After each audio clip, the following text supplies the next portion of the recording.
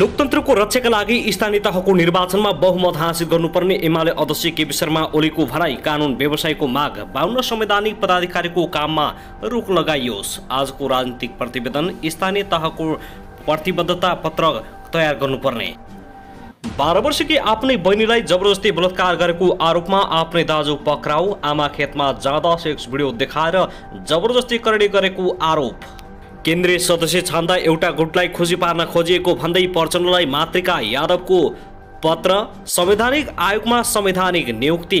सत्ता गठबन्धन दलबीच स्थानीय तह निर्वाचनमा तालमेलको मापदण्ड बनाउने सहमति। अन्तत पल शाहको बयान सकियो। अदालतमा पनि स्वीकारेनन् करडीको आरोप। म्यानेजर जोशीले भने बयान जारी। प्रचण्ड विरुद्ध हेडक्वार्टरमा मातृका यादवको उजुरीमा के छ सम्पूर्ण जानकारी। आफ्नै घरपालुवा कुकुरले 17 महिने शिशुको ज्यान लियो। पल शाहको बयान यस्तो। गायिकाले मलाई स्वीकार्नुपर्छ भनिन्। मैले उमेर पुगेपछि विवाह गरौँला भनेको हुँ। यसमा मेरो गल्ती के? यातायात व्यवस्था विभागका सम्पूर्ण सेवा अनिश्चितकालका लागि बन्द गरियो। रिलिज हुनुभन्दा 2 दिन अघि RRR फिल्म बहिष्कार गर्नुपर्ने चर्प। एमाले अध्यक्ष केपी शर्मा ओलीको राजनीतिक प्रतिवेदन यस्तो। तराई मधेसमा नेकपा एमाले प्रतिको आकर्षणले शक्ति सन्तुलन बदल्छ। स्थानीय चुनावबाट पार्टीलाई बलियो बनाउनुपर्छ ओलीको दाबी। लोकतान्त्रिक आन्दोलनको मुख्य शक्ति नै एमाले हो। नेपाली रेल सञ्चालन सम्बन्धी आयो निकै ठुलो खबर। कहिलेबाट हुँदैछ त सञ्चालन? सम्पूर्ण जानकारी आजकै भिडियोमा। वैशाख 1 गतेबाट सञ्चालनको तयारी। भारतीय प्रधानमन्त्री नरेन्द्र मोदी र नेपालका प्रधानमन्त्री शेरबहादुर देउवाले उद्घाटन गर्ने तयारी। भारतमा बढ्यो पेट्रोलियम पदार्थ र ग्यास। के कति भएको पेट्रोलको मूल्य, डिजेलको मूल्य कति भयो, ग्यासको मूल्य पनि फेरि बढेर आयो। आजको भिडियोमा यसको पनि सम्पूर्ण जानकारी। नेपालमा प्रति लिटर पेट्रोल कति भयो त? 1,05,000 सम्म पुगेको सुन फेरि आज 1100ले घट्यो। तोलाको कति पुग्यो त? 1 लाख भन्दा तल झर्यो नेपाली बजारमा सुनको मूल्य। चाँदीको मूल्य पनि आज केही रुपियाँले घट्यो। अझै पनि रोकिएन भारतीयको ज्यादती। महाकाली नदीमा भक्काभक डोजर चलाइयो। नेपाल सरकार टुलु हेर्दै। बहिनी बलात्कारको आरोपमा दाजु प्रहरीको फन्दामा। धनकुटामा टाटा सुमो दुर्घटना हुँदा 1 जनाको मृत्यु। र चिनिया विदेश मन्त्रीको नेपाल भ्रमणले नेपाली राजनीतिमा निकै ठुलो तरङ्ग। फेरि वाम एकताको चर्चा। नेपाली काङ्ग्रेस झस्कियो के नेकपा कम्युनिस्ट फेरि एक होला? सम्पूर्ण जानकारी आजकै भिडियोमा। अब हेर्नुहोस् पुरा समाचार।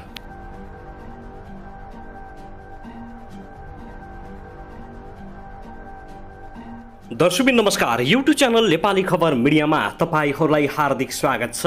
यदि हाम्रो च्यानललाई अहिलेसम्म सब्स्क्राइब गर्नुभएको छैन भने सब्स्क्राइब गरी नजिक रहेको बेल आइकनलाई दबाई हामीसँग जोडिनुहोला। दर्शकबिन सदा चाहिँ आज पनि हामी तपाईहरुमा देशभरका विभिन्न खबरका साथ उपस्थित भइसकेका छौं। यो भिडियोलाई अन्तिमसम्म हेरी हामीले साथ दिनुहोला। दर्शकबिन हाम्रो मेहनतको लागि एउटा सानो लाइक गर्न भनी नभुल्नुहोला। कहाँदेखि हेर्दै हुनुहुन्छ, के भन्न चाहनुहुन्छ, तपाईँको मनमा लागेका प्रतिक्रिया अवश्य पनि कमेन्ट गर्न नभुल्नुहोला।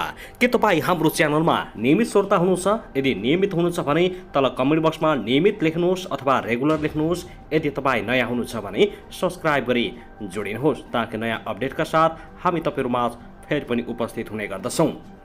दर्शकबिन आउनुहोस् आजको पहिलो खबरतर्फ लागौं। नेकपा एमालेका अध्यक्ष केपी शर्मा ओलीले स्थानीय तहको निर्वाचनमा बहुमत हासिल गर्ने दिशामा अगाडि बढ्न नेता कार्यकर्ताहरूलाई निर्देशन दिएका छन्। आज बुधबार काठमाडौँमा सुरु भएको केन्द्रीय कमिटी बैठकमा अध्यक्ष केपी शर्मा ओलीले लोकतान्त्रिक आन्दोलनको सबैभन्दा ठूलो र पुरानो शक्ति एमाले भएकाले लोकतन्त्रको रक्षाका लागि स्थानीय तहको निर्वाचनमा बहुमत हासिल गर्नुपर्ने बताएका हुन्। द्वन्द्व र हिंसाबाट गुज्रिएको मुलुकमा दिगो शान्ति स्थापना तथा सुशासन र भ्रष्टाचार मुक्ति गरी देशलाई समृद्ध नेपाल सुखी नेपालीसम्म पुर्याउने अभियान पूरा गर्न बहुसंख्याको अभिमतबाट स्थानीय तहको निर्वाचन जित्नुपर्ने उनले तर्क गरेका छन्।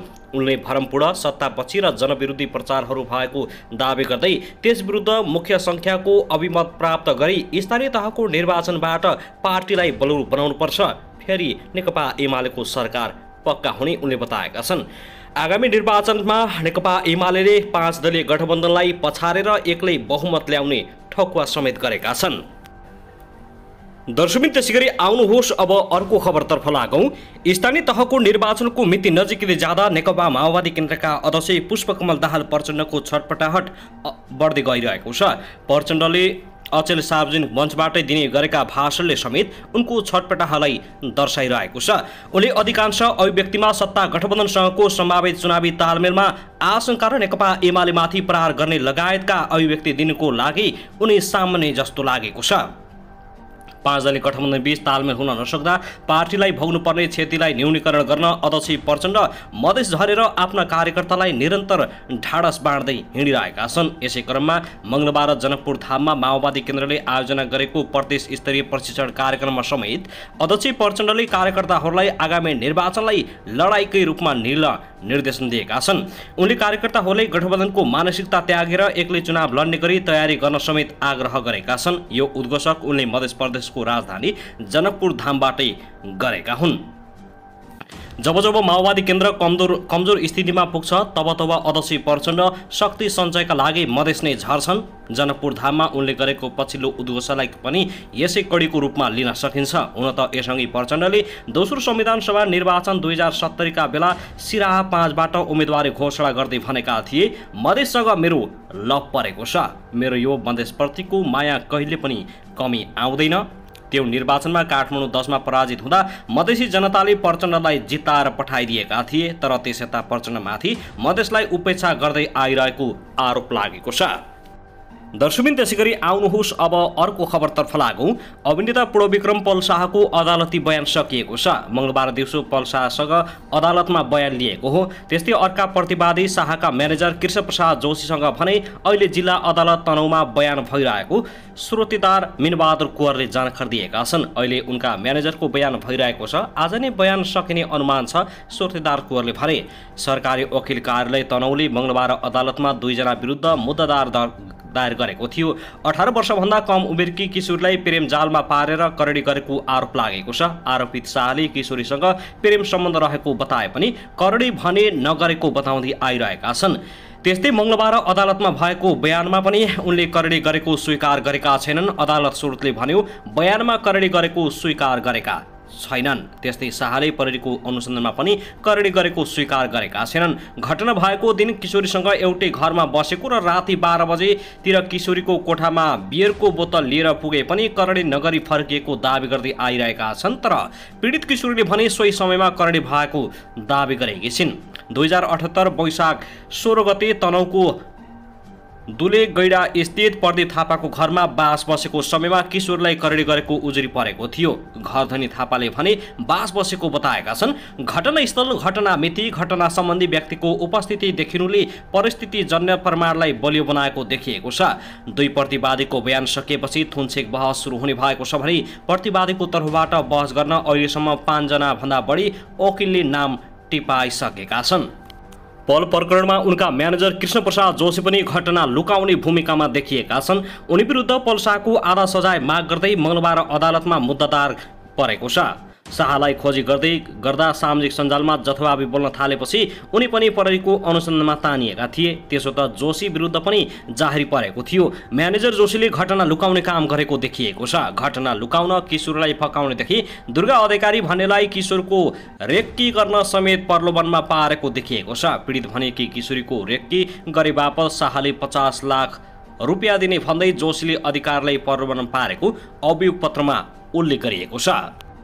दर्शकबिन त्यसैगरी आउनुहोस् अब अर्को खबरतर्फ लागौं। आफ्नै बहिनीलाई बलात्कार गरेको आरोपमा बझाङमा 19 वर्षीय किशोर पक्राउ परेका छन्। उनले आफ्नै 12 वर्षकी बहिनीलाई गाईगोठमा लगेर बलात्कार गरेको खुल्न आएको छ। जिल्ला प्रहरी कार्यालय बझाङका अनुसार ती किशोरले गत चैत्र 6 गते बेलुका 500 रुपियाँ दिने लोभ देखाएर आमा नभएको बेलामा गोठमा लगेर मोबाइलमा भिडियो देखाई बलात्कार गरेको खुल्न आएको हो। आमा खेतमा मल लगाउन गएको मौका छोपी किशोरले बलात्कार गरेको र भागेको प्रहरीको भनाइ छ। त्यसपछि आमा खेतबाट आएपछि छोरीले घटनाबारे सुनाएकी थिइन्। त्यसपछि घटनाको रहस्य बाहिरियो। घटनाबारे थाहा पाएपछि पीडितकी आमाले प्रहरीमा भोलिपल्ट चैत्र 7 गते उजुरी दिएकी थिइन्। उक्त उजुरीका आधारमा प्रहरीले किशोरलाई नियन्त्रणमा लिएको छ।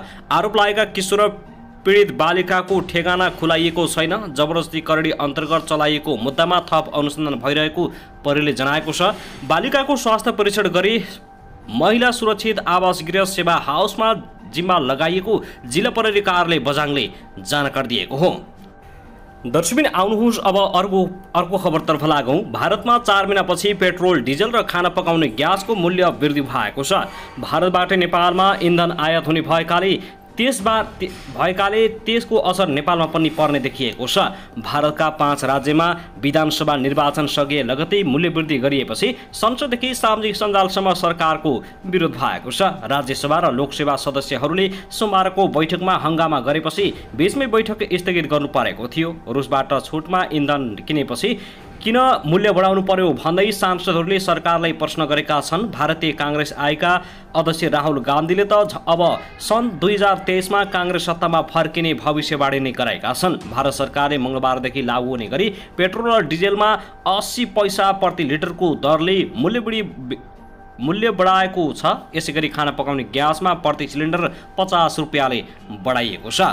हरेक 15 दिनमा भारतले पठाएको मूल्य अनुसार नेपालमा पनि इन्धनको मूल्य समायोजन हुने भएकाले त्यसको असर नेपालमा पनि पर्ने गरेको छ। नेपाल आयल निगमले पछिल्लो पटक 2 चैत्रमा पेट्रोल, डिजेल र मट्टीतेलमा प्रति लिटर 5 रुपियाँ मूल्य वृद्धि गरेको थियो। यस वृद्धि अनुसार हाल पेट्रोल 1 लिटरको मूल्य 155 रुपियाँ पर्छ भने डिजल र मट्टीतेलको मूल्य 138 रुपियाँ तोकिएको छ।